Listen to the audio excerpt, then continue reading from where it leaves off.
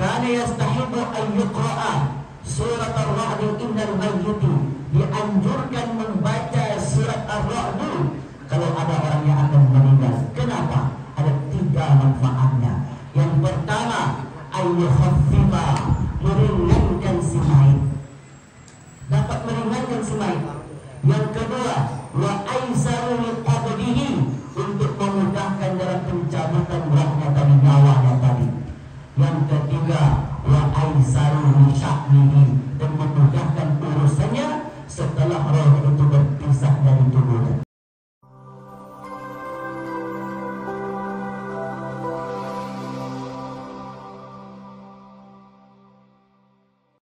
Bismillahirrahmanirrahim.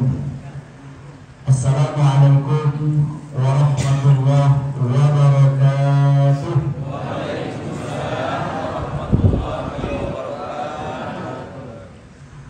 Alhamdulillahirabbil alamin, anzala sakinata fi qulubil mu'minin liyazdadu imanan ma'a imanihim. Alhamdulillahilladzi ahyana ba'da ma amatana wa ilaihi nusyur. Asyhadu an la ilaha illallah wahdahu la syarika lah, wa asyhadu anna Muhammadan abduhu wa rasuluhu la nabiyya ba'dah. Allahumma salli wa sallim ala habibina Mustafa Muhammad sallallahu alaihi wasallam. Yang kami hormati ketua masjid beserta jajaran, yang kami hormati alim ulama, cerdik pandai, tokoh adat, tokoh masyarakat, yang besar tak disebut gelar, yang kecil tak disebut nama, Bapak Ibu yang hadir pada subuh yang berbahagia ini. Mudah-mudahan kita termasuk orang-orang yang didoakan oleh Nabi Muhammad sallallahu alaihi wasallam dengan doa Allahumma barik li ummati fi bukuriha. Ya Allah, berikanlah keberkahan kepada umatku fi bukuriha, di waktu pagi. Sekarang ini adalah waktu pagi. Mudah-mudahan Bapak Ibu, malaikat yang baru saja naik kemana? Naik ke langit bertemu dengan Allah Subhanahu wa ta'ala. Yata'aqabu fikum, yata'aqabuna fikum malaikatun bil laili wa malaikatun bin nahar. Berdesak-desakanlah para malaikat langit di waktu pagi dan di waktu malam untuk menengok umat Nabi Muhammad sallallahu alaihi wasallam. Wa yajtami'una fi salatil fajr wa salatil asr. Mereka bertemu di waktu salat asar dan di waktu salat fajar, yaitu tadi kita sebelum melaksanakan salat subuh. Setelah mereka bertemu, maka mereka pun berjumpa dengan Allah Subhanahu wa ta'ala.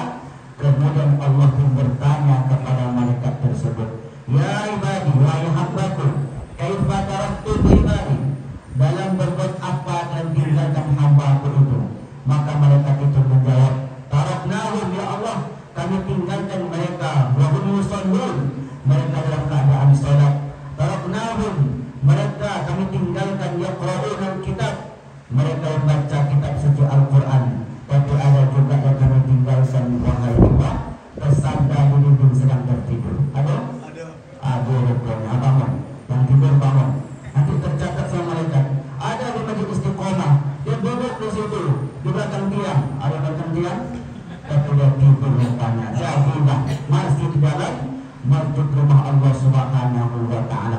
Disitulah malaikat-malaikat tersebut melaporkan nama setiap orang yang hadir di pagi ini, Bapak Ibu. Mudah-mudahan catatan itu menjadi catatan baik ketika roh orang tersebut diambil dari jasadnya.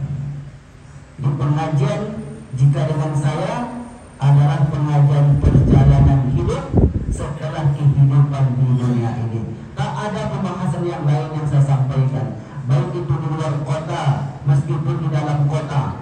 Satu pembahasan saja, perjalanan hidup manusia setelah manusia itu tinggalkan dunia ini. Ada 5 alam yang dilalui manusia, beriman ataupun tidak dia. 5.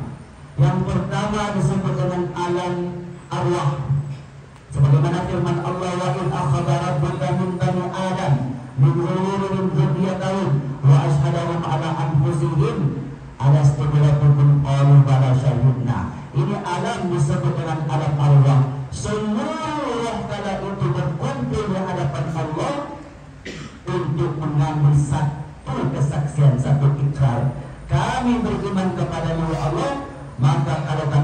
sampai nanti ke dunia kami akan beribadah kepadamu.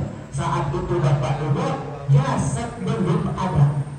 Yang ada ketika itu hanya roh saja. Lalu kemudian dari alam roh ini berpindahlah manusia itu menuju alam yang kedua, yang disebut dengan alam rahim. Di alam rahim Allah katakan banyak ayat, Rasul sebutkan dalam banyak hadis, dikumpulkanlah manusia itu 40 hari pertama berupa air, 40 hari kedua berupa daging, 40 hari ketiga tulang yang dibalut oleh daging. Fayunfakhu fihi ruh, kemudian roh yang ada di alam arwah tadi ditiupkanlah. Awalnya manusia itu tak hidup, hanya segumpal darah mati, belum ada nyawa, ditiupkan oleh malaikat. Hiduplah, jantung berdetak, mata pun terbuka, dia pun hidup sesuai ketentuan yang berada di alam rahim tersebut. Setelah manusia itu lahir ke dunia Bapak Ibu, manusia itu memasuki alam yang ketiga. Suatu ketika saya dibawa oleh pemilik rumah sakit Zainab, Dr. Diana, berkunjung ke ruangan. Di situ anak-anak kecil, anak-anak baru lahir, ada yang besar cuma sebesar ini, karena belum cukup umur, 6 bulan sudah lahir ke dunia ini. Karena ada alat yang membantu dia hidup, karena ada alat yang menolong dia hidup. Tentu hidupnya itu sesuai ketentuan dari Allah Subhanahu wa Ta'ala, tapi ada sebab. Maka dari waktu yang kecil itu tumbuh besar, maka sekarang ini hiduplah manusia itu di alam yang ketiga. Setelah roh diciptakan, jasad diciptakan, menyatu dua ini, lahirlah ke dunia ini. Di dunia ini kita hidup juga untuk sementara waktu. Maka ada nyanyinya, hidup dunia sementara, sedih sementara, kaya sementara, sakit sementara, semuanya serba sementara ketika kita hidup di dunia ini. Setelah sampai waktu itu, maka roh yang ada di dalam tubuh tadi diambil kembali. Diambil kembali oleh Allah Subhanahu wa Ta'ala. Kata Allah, aku titipkan roh itu ke jasadnya, aku titipkan roh itu ke badannya, maka jagalah dengan baik. Ada menjaga roh itu dengan cara beribadah. Alhamdulillah sampai hari ini dia beribadah. Tapi ada pula yang tidak menjaga rohnya itu. Saat roh itu diambil, wanazi'ati warqa, demi malaikat yang mencabut nyawa dengan keras, maka orang itu meninggalkan dunia dalam keadaan serba sulit. Kenapa? Karena roh yang aslinya suci, roh yang awalnya bersih dan datang daripada Allah Subhanahu wa Ta'ala, kemudian dia kotor dalam kehidupan di dunia ini.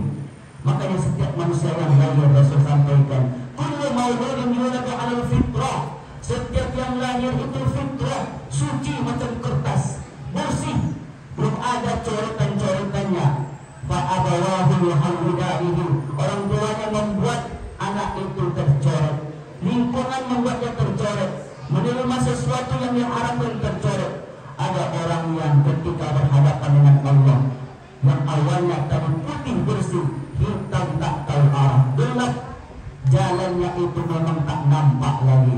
Terbayang pada kita Bapak Ibu, saat orang itu berhadapan, berjumpa dengan Allah yang keadaan tidak bersih tadi, maka Allah pasti akan marah.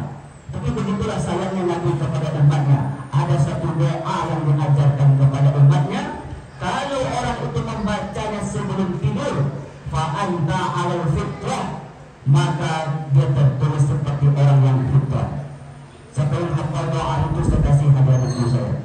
Ini buku baru sampai kemarin.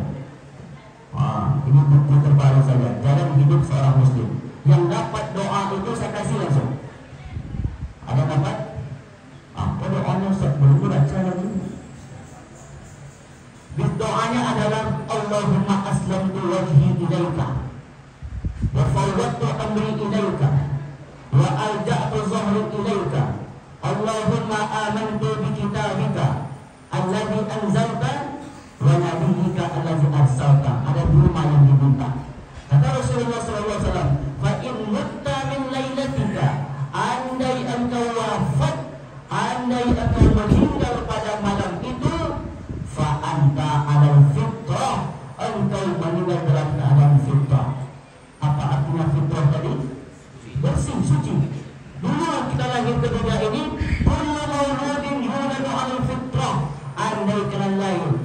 lahir ke dunia ini dalam keadaan fitrah bersih, lingkungan keadaannya membuat orang itu kotor. Kemudian Rasulullah berikan amalan. Saya mohon kepada Bapak Ibu baca doa ini. Sebelum tidur baca doa ini. Kata Rasulullah, andai engkau meninggal pada malam itu, engkau meninggal dalam keadaan fitrah, waja'aluhunna, jadikanlah doa ini akhir ma tatakallamu bihi, akhir daripada ucapanmu hari itu. Fadilahnya besar, Pak. Fadilahnya besar sekali. Kenapa penting baca doa ini? Ketika orang itu tidur, mereka disebut mati. Orang tidur itu disebut mati. Mana buktinya, Ustaz? Ketika kita bangun dari tidur, doa yang kita baca, alhamdulillahilladzi ahyana ba'dama amatana wa ilaihin nusyur. Segala puji bagi Allah yang telah menghidupkan kami setelah mematikan kami. Berarti kami malam kita baru saja mati. Maka mati di rumah dan bawa ke wujud. Dia sampai ke wujud mati juga. Asal dapat dia tiang, asal dapat dia dinding untuk tidur, dia mati dia. Itu mati kecil. Dalam Islam disebut mati kecil. Orang yang koma, orang yang pingsan, orang yang tidur, diumpamakan oleh para ulama al-mautu as-sughra, mati kecil. Beberapa hari yang lalu Bapak Ibu, saya mengisi pengajian di keluarga. Seorang keluarga dan seorang istri saya, dia seorang dokter, tinggal di Jakarta. Hari-harinya bekerja sebagai dokter jantung. Pada hari itu dia menangani pasien terlalu banyak sekali, sampai sore larut malam dia pulang. Sampai di rumah dia langsung beristirahat. Di tempat jam 3 masuk jam 4, dibangunkan istrinya, bang, bangun bang, bangun. Tak ada respon dari suaminya ini, dia terdiam. Dia diam saja. Kemudian dipanggil lagi, bang, ayo bangun, tahajud. Sampai 3 kali dipanggil, tak ada respon. Sang istri meyakini, menganggap bahwasanya sang suami mungkin terlalu lelah, terlalu capek, sehingga sang istri sholat tahajud sendiri. Setelah itu azan subuh dikumandangkan. Setelah selesai azan subuh dikumandangkan, dia datang lagi ke kamar, bangunkan suaminya, bang, bangun bang, subuh sudah masuk. Dipanggil sekali, tak ada respon. Dipanggil 2 kali, tak ada respon. Panggil 3 kali, dipeganglah lehernya, sudah dingin. Dipegang kakinya, sudah dingin. Ditengok matanya, matanya itu tinggal hitam saja. Orang meninggal itu Bapak Ibu, matanya itu hitam. Makanya kalau dokter menengok orang meninggal, tengok matanya.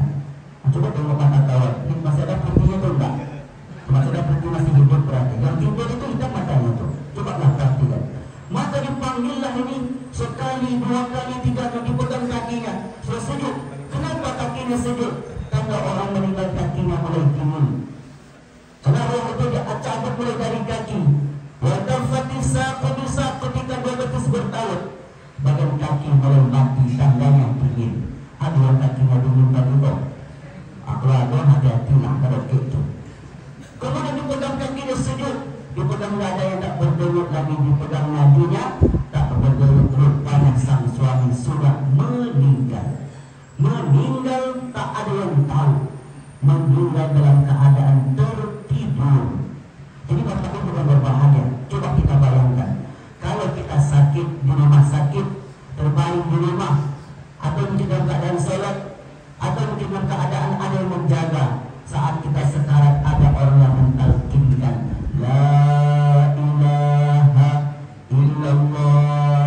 Ada yang menjaga kita, ada yang mentalkinkan kita La ilaha illallah. Atau mungkin ada yang membaca surat Ar-Ra'd.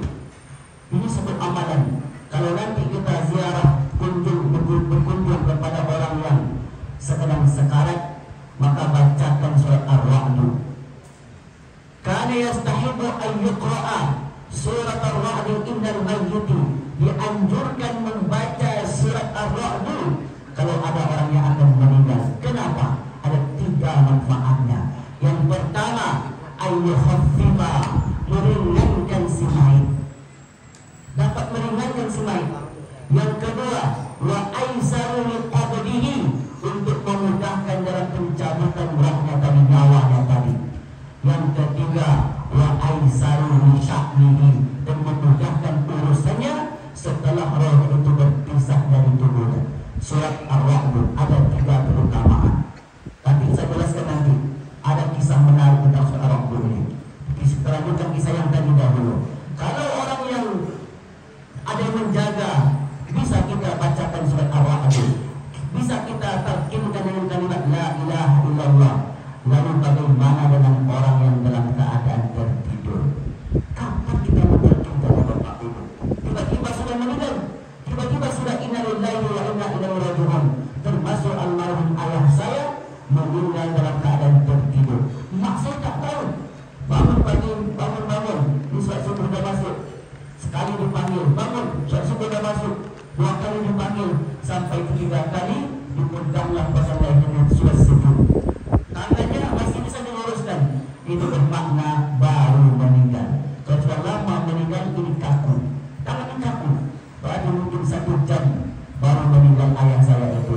Masih bisa diluruskan. Jam 5 lewat 10 telepon saya, Bapak Ibu. Waduh, ayahmu sudah meninggal. Saya katakan, apa boleh dibuat? Habis itu saya pulang kampung, saya tengok sudah meninggal ayah saya dalam keadaan tertidur. Kapan kita mentalkinkan orang dalam keadaan tertidur? Tak ada waktu. Maka Rasulullah SAW berikan satu amalan. Amalan ini, kata Rasulullah SAW, ila ataita madja'aka, apabila engkau akan beranjak tidur, fatawadda' wudu'aka lis-shalah, maka wuduklah engkau seperti wuduk akan salat. Kalau belum ada wuduk seperti wuduk akan salat. Summa tadu ala syikikal aiman, tidurlah menghadap kanan. Summa qul, kemudian ucapkan doa ini.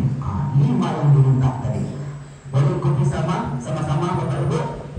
Bismillahirrahmanirrahim. Allahumma aslamtu wajhi ilaika fawwadtu amri ilaika alja'tu zahri ilaika Allahumma amantu bikitabika alladhi anzalta wa nabiyyika alladhi arsalta. Sampai tahapan pondok silakan. Aku hafal lagi. Nanti kita ulang lagi. Yang hafal saya kasih hadiah buku. Sekali lagi Bapak Ibu. Allahumma aslamtu wajhi ilaika wa fawwadtu amri ilaika alja'tu zahri ilaika Allahumma amantu bikitabika wa nabiyyika. Kata Rasulullah SAW, mutta min lailatika, andai engkau meninggal pada malam itu, fa anta alal fitrah, engkau meninggal dalam keadaan fitrah. Wa ja'alhunna, jadikanlah doa ini akhir ma tatakallamu bihi, akhir daripada ucapanmu pada hari itu. Misalnya Bapak Ibu mau baca surah Al-Mulk sebelum tidur, silakan. Karena Rasul katakan, man qara'a tabarakalladzi biyadihil mulk, siapa yang baca surah Al-Mulk setiap malam sebelum tidur, mana'ahu Allahu min adzabil qabri, Allah cegah orang itu dari azab kubur. Pendek cuma 30 ayat. Mungkin dia berzikir subhanallah walhamdulillah wa la ilaha illallah Allahu akbar wa la haula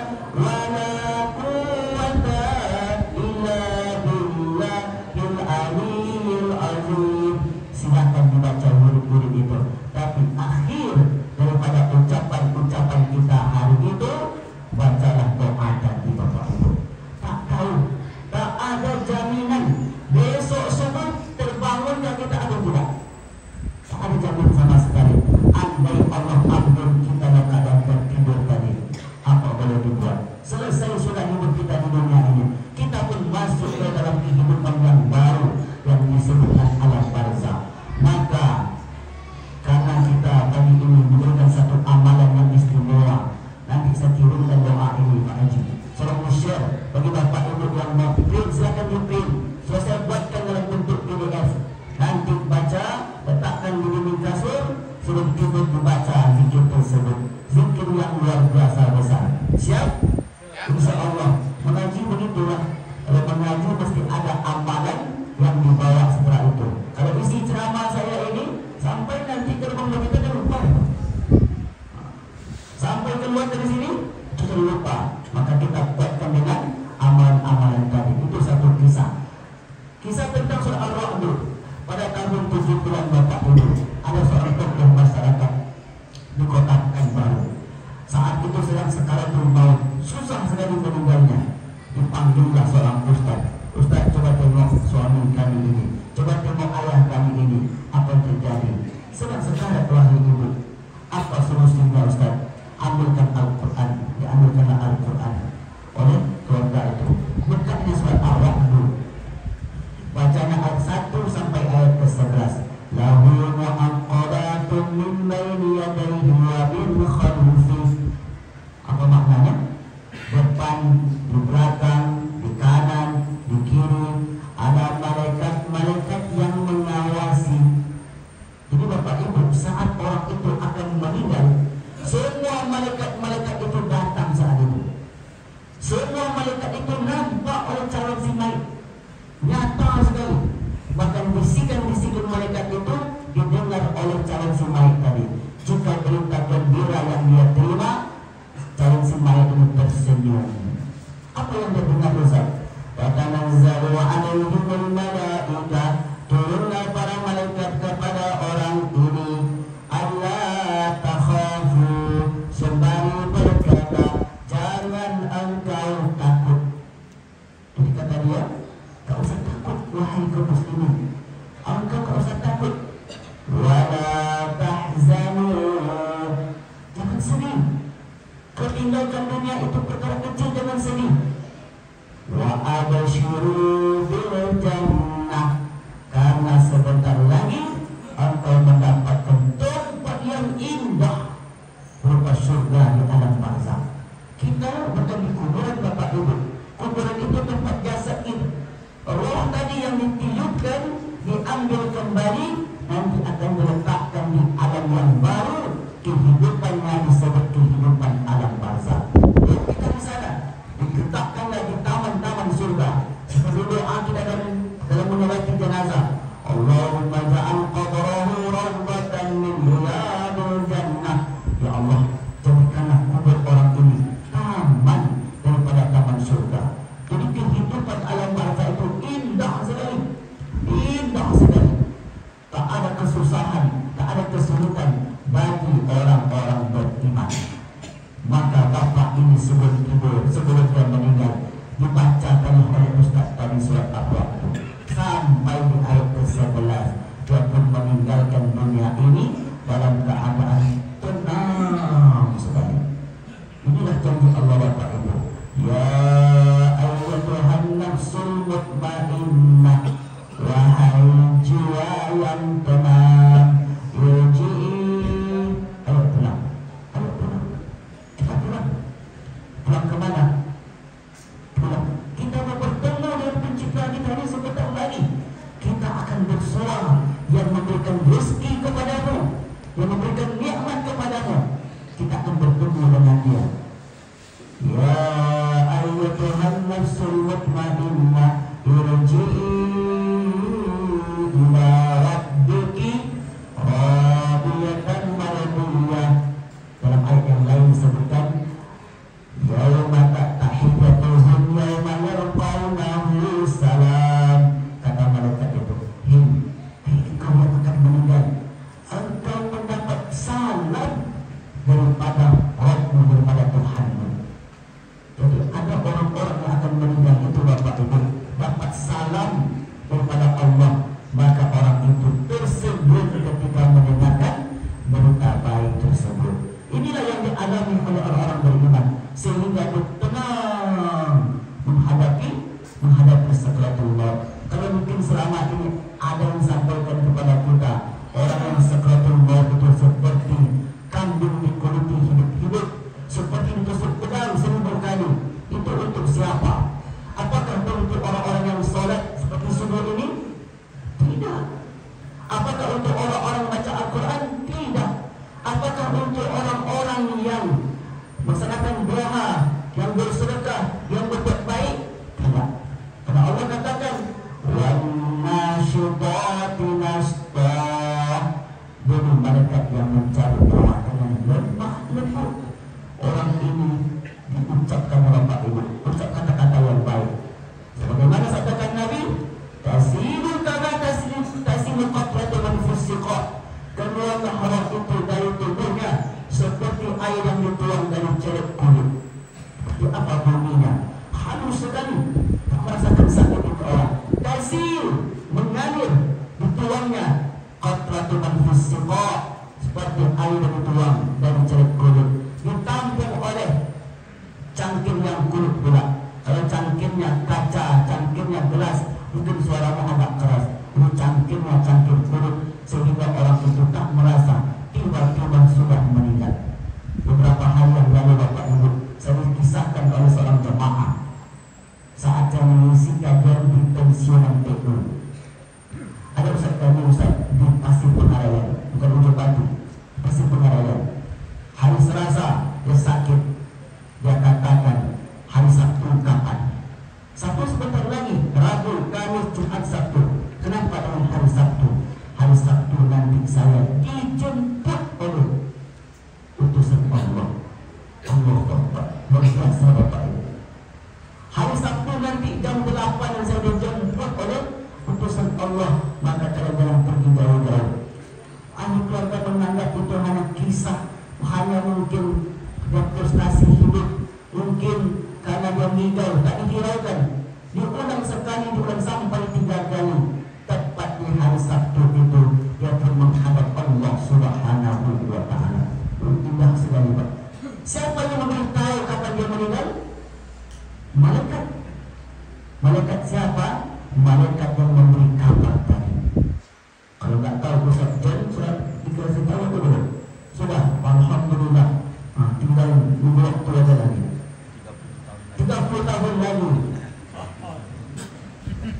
Saya perhatikan Bapak Ibu, banyak kisah-kisah yang saya dengar. Orang-orang yang tahu kapan meninggal itu orang-orang yang ikut tarekat. Kenapa begitu Ustaz? Karena mereka menjaga hubungan dengan Allah terus tak putus. Jadi wajar Allah memberitahu kepada orang itu. Orang-orang rawul, orang untuk bantu banyak orang-orang yang suluk. Suluk maknanya salaka, man salaka barukan yaltamisu fi ilman. Siapa yang menempuh satu jalan untuk menuntut ilmu, sahalallahu lahu barukan ilal jannah. Allah mudahkan jalannya menuju surga. Itu mana suluk dari kata salaka. Salaka berjalan menempuh suatu jalan untuk beribadah.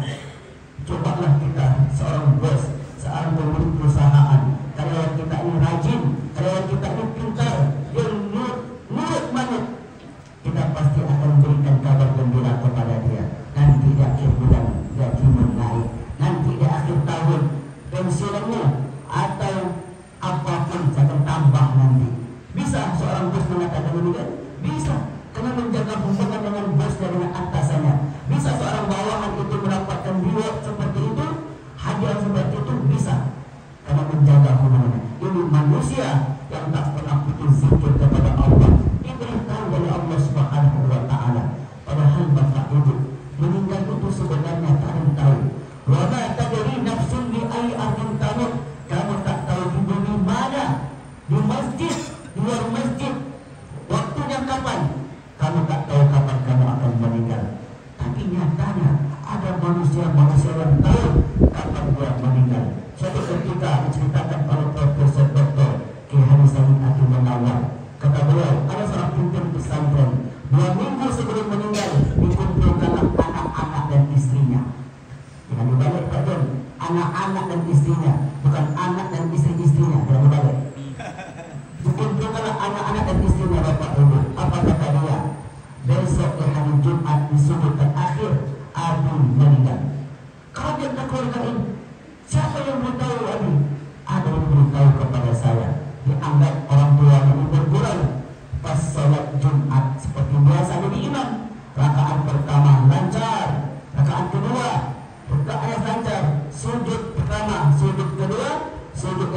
terakhir itu sujud lama sekali. Dikira oleh makmum sang imam tadi baca doa, karena sunnah membaca doa di sujud terakhir.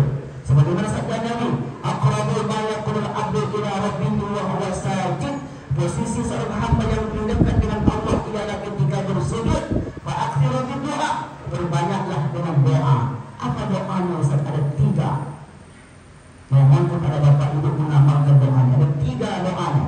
Yang pertama, Allahumma rzuqni taubatan nasuha qabla al-maut. Allahumma rzuqni, ya Allah rezekikanlah aku taubat nasuha sebelum meninggal. Itu pertama. Sudah hafal? Alhamdulillah, belum. Allahumma rzuqni taubatan nasuha qabla al-maut. Yang pertama. Yang kedua, Allahumma inni as'aluka husnul khatimah. Ini mudah doa yang kedua ini. Yang ketiga, ya muqallibal qulub, tsabbit qalbi ala ta'atik. Wahai zat yang membolak-balikkan hati, tetapkan hati saya pada ketaatan denganmu. Dibaca doa dua Pak Ibu. Tapi ini imam masih lama betul sujudnya. Akhirnya sang anak terpikirlah nasihat orang tua beberapa hari yang lalu. Akhirnya dia maju ke depan, kemudian dia buka salatnya dengan salam. Setelah itu bertengok sang ayah tadi. Rupanya sudah meninggal dalam keadaan bersujud. Indah sekali Bapak Ibu. Maka kalau ada imam nanti, nama sujudnya 2 kemungkinan. Yang pertama, berdoa panjang. Yang kedua, la'aut. Sudah out. Maka tengok nanti siapa imam masuk sujud. Perhatikan. Oh, ini imam lama betul sujudnya. Mungkin membaca doa yang terdapat yang 3 tadi. Ya muqallibal qulub, wahai zat yang membolak-balikkan hati, tsabbit qalbi ala ta'atik. Kokohkan hatimu, kokohkan hatiku kepadamu. Allahumma inni as'aluka husnul khatimah. Ya Allah, aku minta kepadamu penutupan yang baik. Yang ketiga, Allahumma rzuqni, ya Allah karuniakanlah aku taubatan nasuha, taubat nasuha qabla al-maut. Ini doanya. Kalau mau tambah silakan ditambah, sesuaikan dengan kebutuhan. Akhirnya ditengok sang imam tadi, rupanya sudah meninggal dalam keadaan bersujud. Itulah posisi yang paling istimewa di dalam kehidupan. Ini yang terakhir. Bukan saja yang mati itu manusia, lampu pun bisa. Alhamdulillah, hidup kembali. Baik, Bapak Ibu yang berbahagia. Siapa minta keluar? Sampai di mana tadi?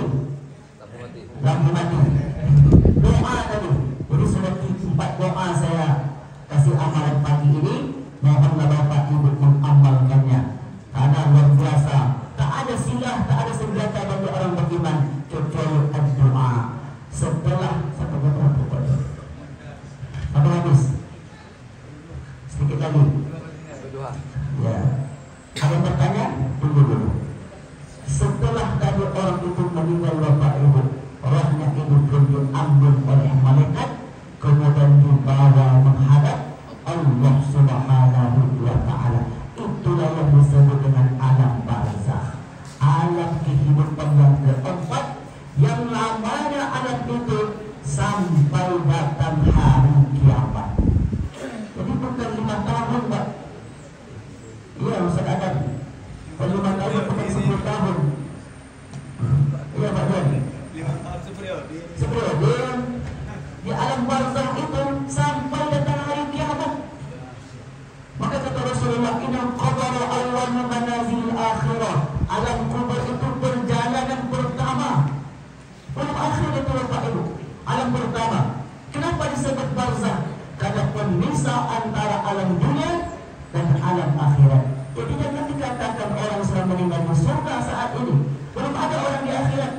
Akhirat yang pertama nanti masuk surga Nabi Muhammad Sallallahu Alaihi Wasallam. Ayah saya yang tadi sudah meninggal. Kisah dokter tadi yang sudah meninggal. Kisah ustaz tadi yang sudah meninggal. Saat ini mereka transit singgah di alam barzakh sampai kapan? Wa min waraihim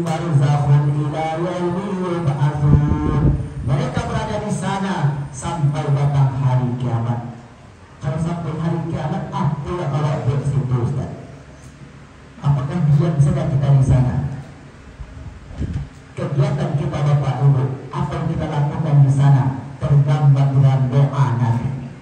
Semuanya doa dan doa yang kita baca ketika mengerjakan jenazah. Allahumma ja'al qabrahu rawdatan min riyadil jannah wa la taj'al qabrahu hufratan min hufarin niran.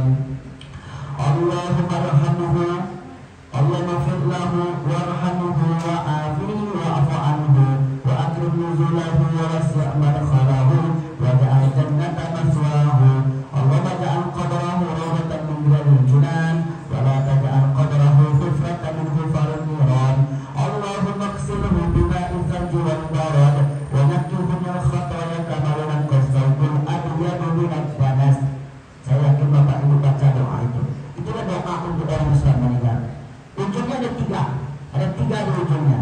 Wa adabirhu daran khairan min dari.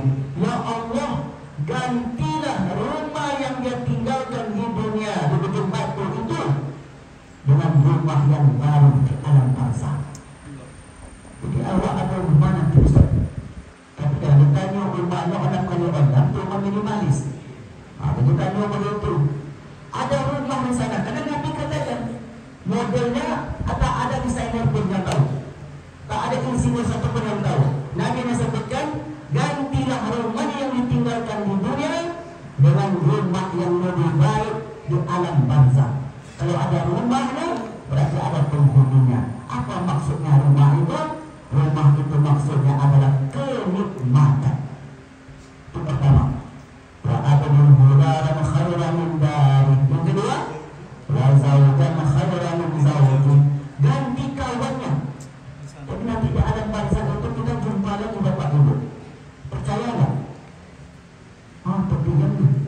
Percaya nggak kita berjumpa lagi di alam barzakh? Berarti ibu nggak percaya. Ada jawaban? Saya tanya lagi sekali lagi, 3 kali saja. Apakah kita percaya kita bertemu lagi di alam barzakh? Kalau nggak percaya, datanglah pada Pak Rijal. Datang dulu. Kita di sana bertemu lagi Bapak Ibu. Walladzina amanu, orang-orang beriman, wattaba'athum, diikuti oleh anak cucu mereka sama-sama beriman, dzurriyyatahum bil iman, fa'alhaqna bihim, kami pertemukan mereka. Jadi kalau ayah kita meninggal hari ini, jangan kira kita berpisah selamanya, enggak. Kita akan bertemu lagi nanti, bukan sekarang, di alam barzakh. Wa zawjan khairan min zawji. Ada sebuah kisah Bapak Ibu disebutkan oleh Imam Ibnu Qayyim al-Jauziyah dalam kitab Qur'an. Suatu ketika Khalifah Umar bin Abdul Aziz bermimpi. Dalam mimpinya itu dia melihat ada sebuah rumah indah sekali macam mutiara. Dipanggillah oleh penjaga. Muhammad masuk, masuk Muhammad Rasulullah SAW. Abu Bakar masuk, masuk dalam itu. Umar masuk, masuk. Utsman masuk, masuk. Ali masuk, masuk. Kemudian kata Umar bin Abdul Aziz, saya mau masuk. Kata penjaga, kamu belum waktunya. Nanti kalau kamu sudah sampai ke sini, kamu akan masuk juga. Kisah itu dalam kitab Ar-Rah. Banyak kisah-kisah yang serupa. Tapi kisah ini menarik. Kenapa? Karena di sana kita akan bertemu dengan ayah, dengan emak, dengan anak kita. Di sana tak ada yang kecil, tak ada yang tua. Jadi jangan risau Bapak Ibu. Kalau saya pakai pangkat di dunia ini, Ustaz, nanti dalam barzakh pakai pangkat juga tidak. Semuanya kembali ke usia remaja. Macam di akhirat tak ada yang kecil, tak ada yang tua. Sama semuanya. Maka di alam barzakh anak cucunya dan di akhirat di surga nanti akan dikumpulkan kembali jika jalannya sama. Syaratnya itu ayahnya ke masjid, emaknya ke masjid, anaknya nggak ke masjid, jumpa tak? Enggak, di masjidnya nggak jumpa. Neraka itu betul. Ayahnya solat, emaknya solat, anaknya nggak solat, jumpa tak? Tidak jumpa. Fir'aun dengan Asia binti Muzahim di dunia berjumpa, di akhirat berjumpa? Tidak. Yang berjumpa itu sama-sama orang beriman. Maka disinilah penting orang tua memastikan akidah iman anaknya, jangan sampai berbeda dengan dia, karena nanti jalannya akan berbeda pula. Itu yang kedua. Yang ketiga adalah wa abadun ahlan khaira min ahlihi. Gantilah keluarga yang ditinggalkan di dunia dengan keluarga yang baru di alam barzakh. Dan satu nilai Bapak Ibu, sebutkan oleh Imam Ibnu Mubarak, unzuru ila akhika, tengok kepada saudaramu yang baru saja pamit dari dunia itu. Fa innahu yastarihu min kalbin syadid, dia baru saja beristirahat dari hiruk pikuknya dunia. Beristirahat dari hiruk pikuknya dunia. Mereka sambutlah kehadiran orang baru itu, dan mereka bawa ke tempat-tempat yang indah. Itulah yang dimaksud dengan hadis Nabi, wa abadun hudaran khairan min dari, gantilah rumah yang ditinggalkan di dunia dengan rumah yang baru di alam barzakh. Wa zawjun khairan min zawji, kawan dengan kawan yang baru di alam barzakh. Wa ahlan khairan min ahlihi, dan gantilah keluarga yang ditinggalkan di dunia dengan keluarga yang baru di alam barzakh. Itulah yang kita lakukan Bapak Ibu, yang namanya sampai hari kiamat. Kalau enggak mereduplah kita di situ, Pak. Apa yang kita buat? 1 miliar tahun. Apa yang kita rasakan 1 miliar tahun itu? Makanya orang yang kurang pemahaman, dia katakanlah roh itu balik ke rumah di hari ke-7, roh itu balik di hari ke-40. Iya, kalau masih ada rumahnya. Kalau rumah itu ada, macam mana? Kalau rumahnya sudah dikosongkan, digusur, macam mana? Macam keluarga kita, saudara kita di Rempang. Andai itu terjadi, dulu tinggal di Rempang misalnya, tinggal di Buleleng, andai itu tak ada rumah lagi, balik dia ke rumah itu, keluarga lain, ekositi katanya. Kalau balik dia Pak, terpaksa jadi PRT dulu, terpaksa buat jadi Pak Camat yang dapat camat ini. Waktu daftar dulu jadi dapur, dapur berapa dia ini? Ada 24 memilih, kan? Maka itu setelah berpisah dari tubuh seseorang, dia ditempatkan oleh Allah alam barzakh. Disitulah keberadaan kita, dan itu sesuatu yang pasti kita lalui, cepat ataupun lambat. Inilah pengajian kita pada pagi ini. Bahwasanya sebagai kesimpulan yang pertama, tidur itu disebut mati kecil. Agar kita meninggal dalam keadaan fitrah, bacalah satu doa. Doanya, Allahumma aslamtu wajhi ilaika, wa fawwadtu amri ilaika, alja'tu zahri ilaika, Allahumma amantu bi kitabika wa nabiyyika. Pertama. Yang kedua, kesimpulannya, ketika ada orang luput seluruh nama, berarti dia sedang membaca doa. Ada 3 doa yang bisa kita baca. Yang muqallibal qulub, tsabbit qalbi ala dinik.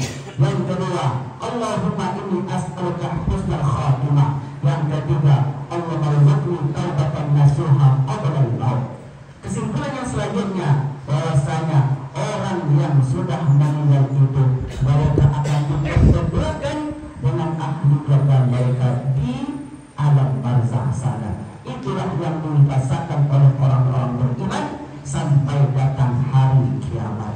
Adapun roh, adapun jasad, jasad dimakan tanah. Jasad ini Bapak Ibu, paling lama bertahan masuk tanah 3 hari 3 malam. Yang paling disenangi oleh tanah, yang paling besar badannya. Banyak nih katanya. Yang paling banyak, paling senangi. Itu perkara biasa, memang jatah tanah, tak perlu ditakutkan. 3 hari 3 malam ini busuk, meledak, datang cacing-cacing. Apakah kita di situ? Tidak. Karena sering didengar Bapak Ibu, sering kita dengar, apabila kita meninggalkan kuburan 7 langkah, malaikat bukan langit datang. Betul? Kalau 6 langkah? Kalau datang? Kalau 5 langkah? Kalau 3 ke 8 sampai setahun? Datang malaikat berarti? Ada kuburan yang belum didatangkan sampai sekarang. Iya, kubur Gusdur. Iya, kata Betul begitu? enggak. Benar bukan kan? Makanya bukan di kuburan tadi. Kalau tak ada kuburnya macam mana? Dia berenang di sungai Rakan. Angkut dia loh, bau sungai, bukan bau darat. Tom, hilang. Tak ada kuburnya Pak. Apakah didatangi oleh malaikat makan manggil? Tidak. Karena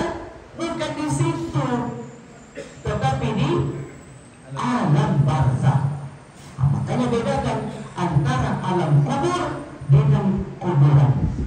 Kuburan itu tempat kita. Makanya satu langkah, mau 5 langkah, tak pernah ditinggalkan untuk kuburan, mereka itu pasti akan datang. Mau dia ada kuburan ataupun tak ada kuburan, mereka itu pasti akan datang. Jadi perkara bukan perkara zahir, tapi perkara gaib yang berlaku di alam yang keempat sebelum masuk ke alam yang terakhir, alam akhirat. Wallahu a'lam bishawab. Mungkin itu dapat